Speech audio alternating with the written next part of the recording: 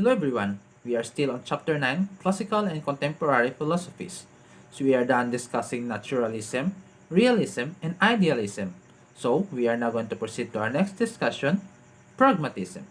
So pragmatism is a philosophical movement or system having various forms, but generally stressing practical consequences as constituting the essential criterion in determining meaning, truth, or values. So in other words, pragmatism is a practical way of determining things. So pragmatism is an American philosophical movement formulated in America. So it was Charles Sanders Peirce who discovers pragmatism, a philosopher and a mathematician and considered to be the father of pragmatism. So it was Peirce who coined pragmatism, which was derived from Greek word pragmatikos or praktikos, which means practical in English. So there are other advocates of pragmatism. One of them is Francis Bacon, an English essayist and a philosopher. Other one is William James, a professor of philosophy in Harvard and an advocate of pragmatism.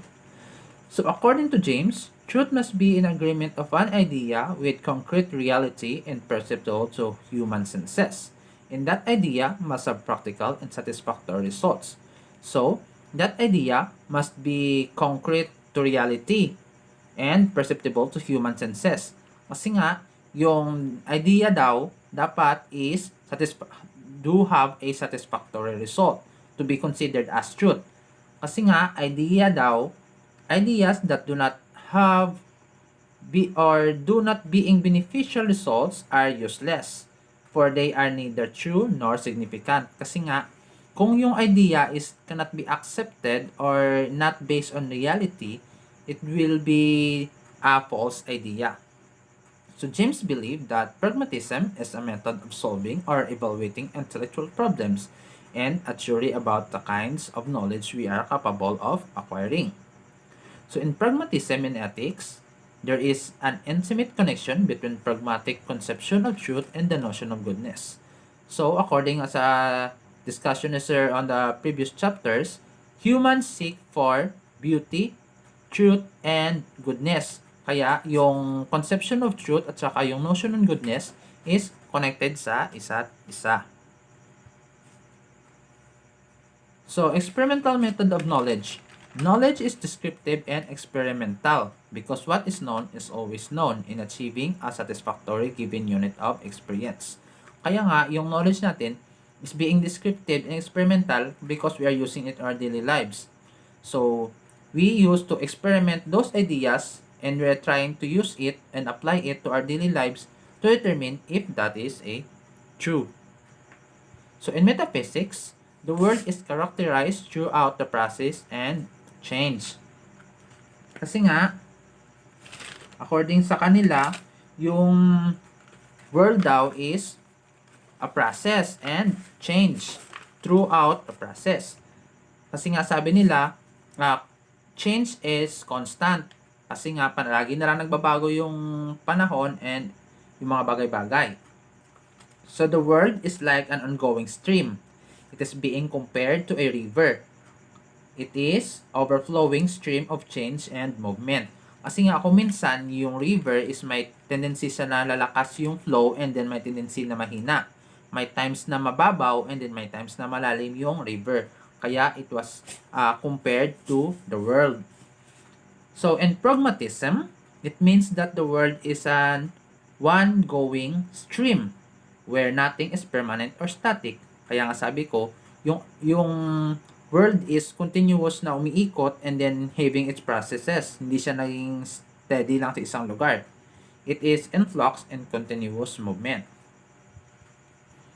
So, on axiology, society is not just a conglomeration of individuals with some aspirations but also an active and responsive organism upon which individuals interact for a common purpose of life. And that purpose of life is to gain happiness. Kasi nga sabi ni Sir, ang goal in life ng tao is to have purpose. To have happiness. Kasi nga, yung tao, yun yung gusto niya sa buhay na maging masaya. Sino bang ayaw maging masaya sa buhay? So, Dewey's concept of experience and thinking. So according to Dewey, what constitutes our brute or animalistic experience is the interaction between biological organism and its environment. Yung biological organisms daw is naka-base yung animalistic experience niya sa kanyang environment, and is naging na tawag dito, it is being molded by the environment. Tulad niya nung previous topic ni sir, yung nature at saka yung nurture. It was the nature and the nurture who develops a human, or develops a human's personality. So, in terms naman of Dewey, sabi niya, experience is not an object, but rather an action performed. Kaya nga, let us say, example natin is yung environment at saka yung environment ng animals within living in a rainforest and animals living in a desert. Yung animals na nakatira sa desert is different yung experience nila to those who are living on the rainforest. Kapag nilagay yung animals na nakatira sa desert into rainforest, maninibago siya. Kaya nga, he's going to adapt to the environment. And then sabi nga ni Dewey, experience is not an object. Hindi yung init or yung sun ang nagbibigay ng experience sa animals doon, kundi yung paano sila nabubuhay doon, on how they survive on that situation. So when an organism encounters a situation which it can no longer act, thinking arise. We are now going to put it into sa tao, kasi nga sabi ni sir, animals do not have the ability to think. They do not have unlike with human, kasi nga human is higher than animals. Nasa top chain siya. So let us say, sa tao, kapag ang tao encounter sa situation and wala na siyang maisip, diyan yung gumagana yung isip niya. So thinking arises as a means of dealing with these disturbing situations. They tend to work out hypotheses and guides for future actions. Kaya nga, yung tao kapag nagigipit, di ba, marami siyang naiisip ng mga paraan. Doon yung gumagana yung isip niya. Kasi may mga tao na nagkakaroon na gumagana yung isip nila kapag they are on the edge of the situation. So, Dewey and progressive education. So, an important utilization of theory is in the realm of education, sabi ni Dewey. He proposed that the educational system should try to develop methods for problem solving. Dapat daw, kasi nga mostly yung mga students is they spend their life on school. So it's better he proposed that yung maglagay daw ng mga methods on how to problem solving sa educational systems. He believes that if students learn how to solve problems, it would be easy for them to deal with those problems. Kaya nga, pupunta sa school yung students para to learn, to gain knowledge and informations. At the same time, tinuturuan sila ng school how to survive on their future. In college, tinuturuan sila ng mga informations or mga knowledge on how to do sa mga gusto nilang kunin na mga courses or sa kanilang gusto nilang maging trabaho.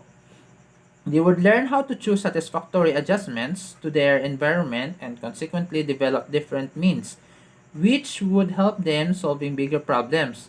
Katulad na sa business, kaya tinuturuan tayo binibigyan tayo ng mga case study, mga case analysis para we can gain knowledge and experience on how to deal with those situations. Kaya kapag nasa field na tayo o nasa situation na tayo ng ganyan, alam natin on how to solve those problems. So John Dewey is considered the most distinguished representative of a modern American pragmatism in his philosophy. At saka yung kanyang philosophy niya is commonly referred as instrumentalism. So instrumentalism is a doctrine that ideas or theories are instrument of action, and that their application and usefulness will determine the truth. So sabi nga ni Dewey sa kanya instrumentalism, sabi nga doon yung instrumentalism niya is a doctrine that ideas or theories are instrument of action.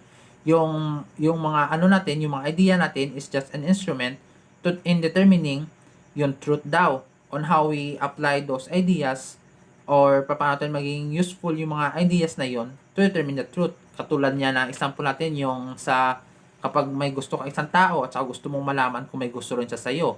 So, you're going to create theories, you're going to think an idea kung paano mo siya on how to determine na may gusto nga siya sa'yo.